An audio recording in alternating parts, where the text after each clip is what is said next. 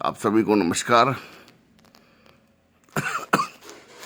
मैं AP Singh advocate, माननीय उच्च न्यायालय खंडपीठ लखनऊ और मुख्य ट्रस्टी एवं राष्ट्रीय अध्यक्ष राष्ट्रीय अखिल भारतीय मानवाधिकार न्याय एवं विधि सुरक्षा संरक्षण ट्रस्ट, प्रधान कार्यालय नई बाजार उत्तरी कोतवाली रोड, महमूदाबाद, जनपद सीतापुर, उत्तर प्रदेश।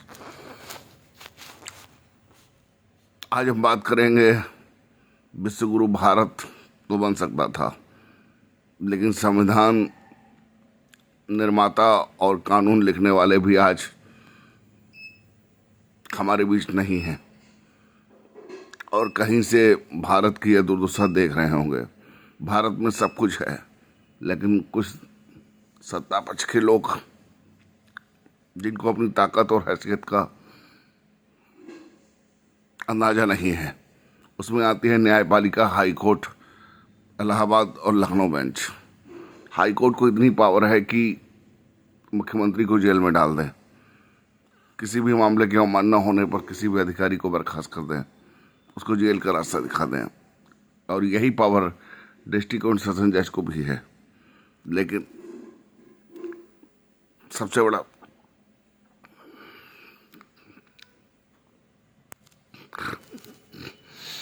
दुर्भाग्य है इस देश का और इस राज्य में पैदा होने वाले व्यक्ति का कि यहाँ पर पशुधन की बात करेंगे।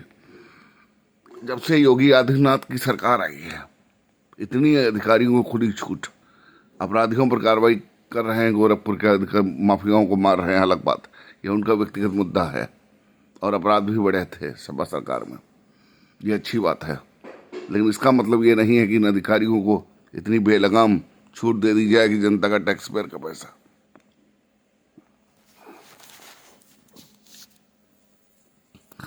पता नहीं कहाँ चला गया है। और योगी आदित्यनाथ की सरकार को, उसमें बैठे अधिकारियों को शर्म आनी चाहिए, और सबसे ज़्यादा शर्म तो हाई कोर्ट को आना चाहिए कि पशुधन की समस्या आज से नहीं, जब से ये सरकार बनी है तब से है। भूसा 1000 रुपये में, केमिकल वाला दूध, केमिकल वाला अमूल घी, केमिकल वाली दाल, और मज़े की बात है कि महमूदाबाद में किसी चीज़ की रसीद नहीं मिलती, सीतापुर जिले में, और यहाँ के अधिकारी डीएम और एसपी किसी मामले में बात नहीं करना चाह रहे हैं, क्योंकि वह आरएसएस के हैं या शासन के बहुत प्रिय हैं। जो लोग गाय को, क्योंकि गाय महाराज जी पालते हैं, अच्छी बात है, उनको गुड़ खिलाते हैं, वो और भी अच्छी बात है। इसी तरीके से हम लोगों के यहाँ 30 साल से लगातार भैंसें पली हैं, और यहाँ पर जो भी डॉक्टर महमूदाबाद में आपने पोस्ट किए हैं, या तो इन्होंने पढ़ाई नहीं की है या तो इनको नॉलेज नहीं है।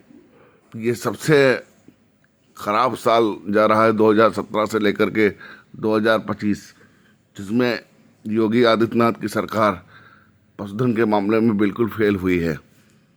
और मैं चाहता हूं कि इस बात को महालेखा परीक्षक नियंत्रक भारत सरकार जांच करे। सबसे बड़ी बात, कानून व्यवस्था निचले स्तर पर सीतापुर की बहुत ही घटिया है। उसका कारण उसके हेड हो सकते हैं। दूसरी बात, कोई भी अधिकारी कुछ सुनना नहीं चाहता। स्थानांतरण नीति का खुला उल्लंघन,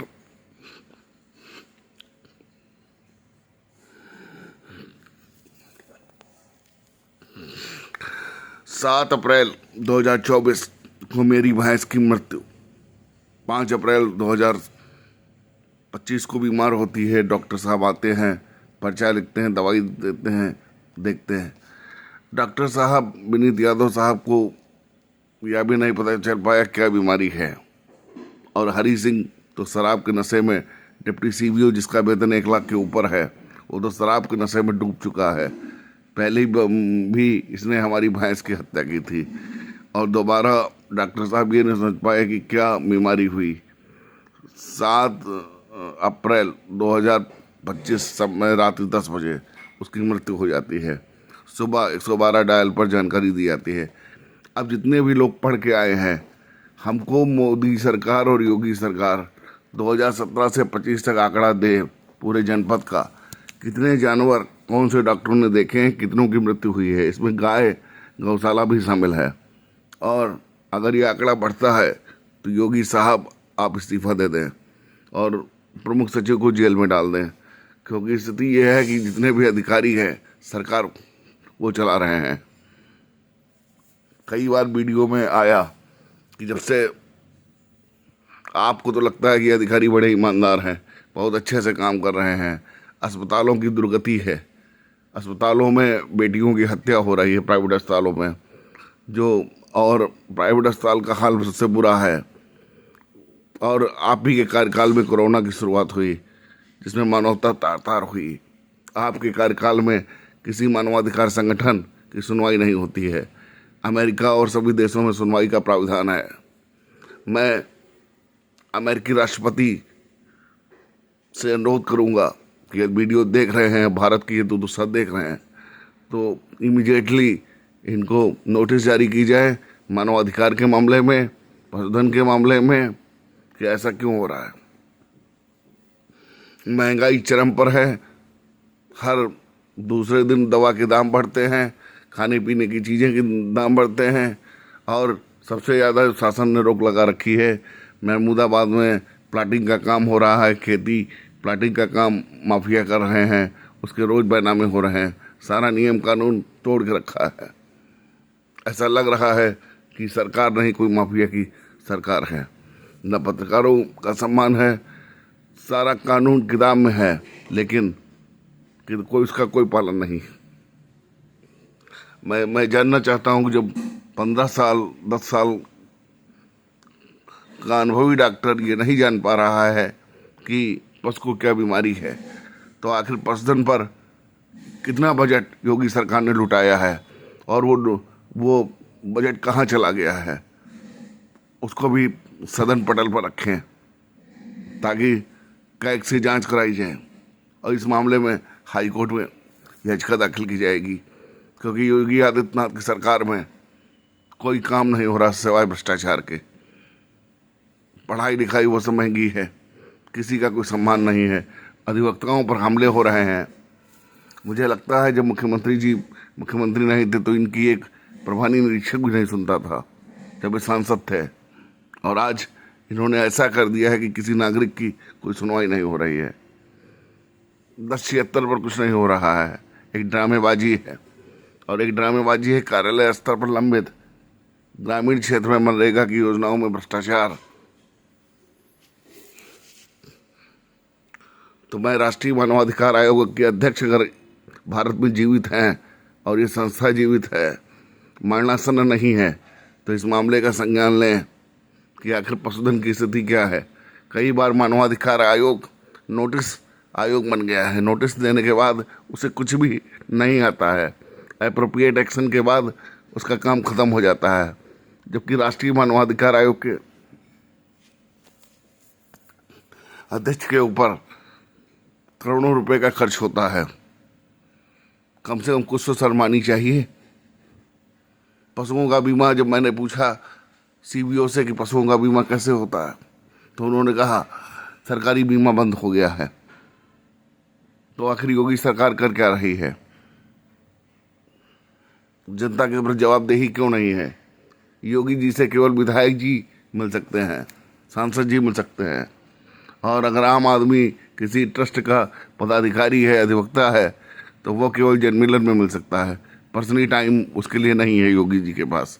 जैसे आज अखिलेश यादव जी जगह जगह पर घूम रहे हैं, उनसे कोई मिल सकता है, और जब मुख्यमंत्री थे तो उनसे कोई नहीं मिल पाता, तब उनके पीआरओ को फीस देनी पड़ती थी। तो ये हालत है आज। सत्ता किसी की बपौती नहीं है, सत्ता बदलती है। लेकिन जिस तरीके से पशुधन को भाजपा सरकार में नुकसान हो रहा है, ये बड़ी चिंता की बात है। भूसे की कालाबाजारी बाहर हो रही है, भूसा महंगा हो रहा है, केमिकल का दूध खाने को मिल रहा है, अरहर की दाल में केमिकल है, कई कंपनियां जो घी बनाती है उसमें केमिकल है। तो मोदी जी आपको किस बात की बधाई दी जाए, केमिकल खिलाने के लिए या महंगाई के लिए? आप कैसे प्रधानमंत्री हैं? आप अमेरिका के राष्ट्रपति और अपने बीच में कंपेयर करिए, कौन अच्छा है, कौन अपने नागरिकों को मानता है? डोनाल्ड जे ट्रंप अच्छे हैं या आप अच्छे हैं? अंग्रेजों का बनाया पुल हजारों वर्ष चलता है और भारत का बनाया पुल 6 महीने नहीं चलता है, तो हम कैसे मान लें कि अंग्रेजी शासन खराब था? स्थिति इतनी बुरी हो गई है कि अब पशुधन बचाए नहीं जा रहे हैं, क्योंकि ऐसे महान डॉक्टर सीतापुर उत्तर प्रदेश में भरे पड़े हैं। सीतापुर में जितने भी निकम्मे अधिकारी हैं, सबकी पोस्टिंग योगी आदित्यनाथ ने कर रखी है। कोई भी अधिकारी एक ईमानदार नहीं है, और सबसे ज़्यादा शर्म आनी चाहिए इन लोगों को। डी फार्मा में ओबीसी का व्यक्ति हाई स्कूल इंटर 57% 58% पास है, इसके बाद ओबीसी को स्कॉलर न देना पड़े, तो योगी आदित्यनाथ की साजिश है कि अब जिसके ज़्यादा नंबर होंगे उसको देंगे। गरीबी के आधार पर, आय प्रमाण पत्र के आधार पर सभी को यह सुविधा मिलती थी कि गरीब घर का लड़का पढ़ सके, लेकिन ये कौन सा योगी का कानून है कि मेरिट जिसकी ज़्यादा होगी उसे स्कॉलर देंगे, बाकी स्कॉलर नहीं देंगे? ये स्कॉलर का सबसे बड़ा घोटाला है, इसकी भी सीबीआई जांच होनी चाहिए।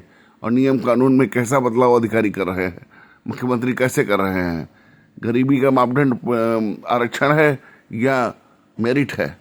जो हाई स्कूल इंटर लड़के पास हुए हैं वो क्या बेवकूफ़ हैं?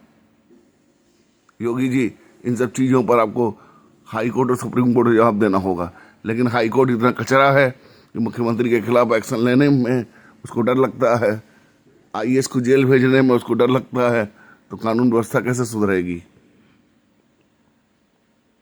इतनी ज़्यादा व्यवस्था मैंने कभी नहीं देखी। अवनीश अवस्थी भी प्रमुख सचिव रहे, लेकिन उनके कार्यकाल में इतनी दिक्कतें नहीं थी। संजय प्रसाद के आने के बाद में तमाम समस्याएं उत्पन्न हो गई। मुख्य सचिव तक ठीक से जवाब नहीं दे पा रहे हैं।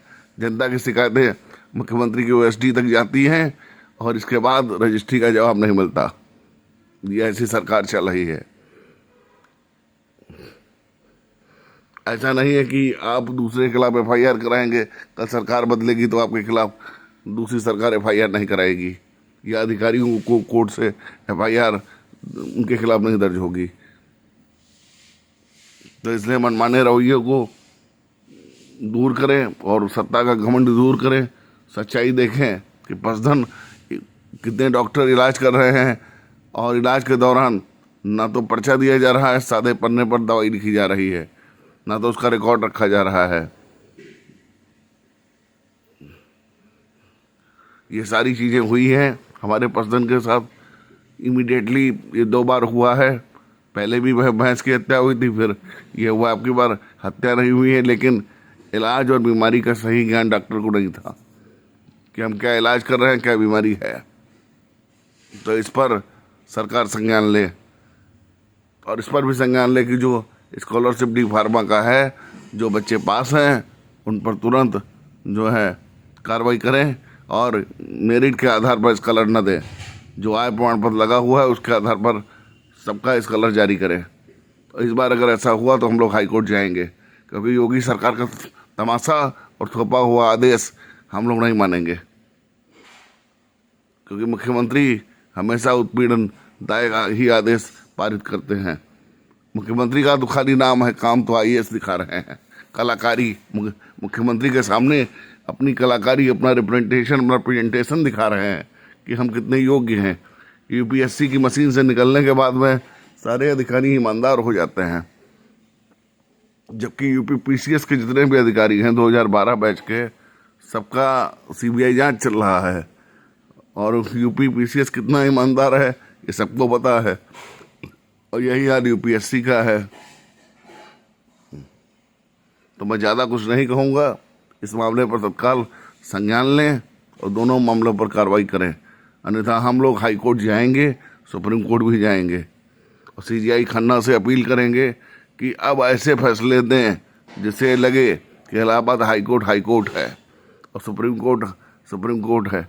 ऐसे फैसले लचर न दें कि जिनसे आम आदमी और मेरा विश्वास उठ जाए कि यहाँ कोई कानून व्यवस्था नहीं है। हमें अंतर्राष्ट्रीय स्तर पर अपील करनी पड़ रही है कि इसमें अंतर्राष्ट्रीय समुदाय यूपी के मामले में, भारत के मामले में हस्तक्षेप करे।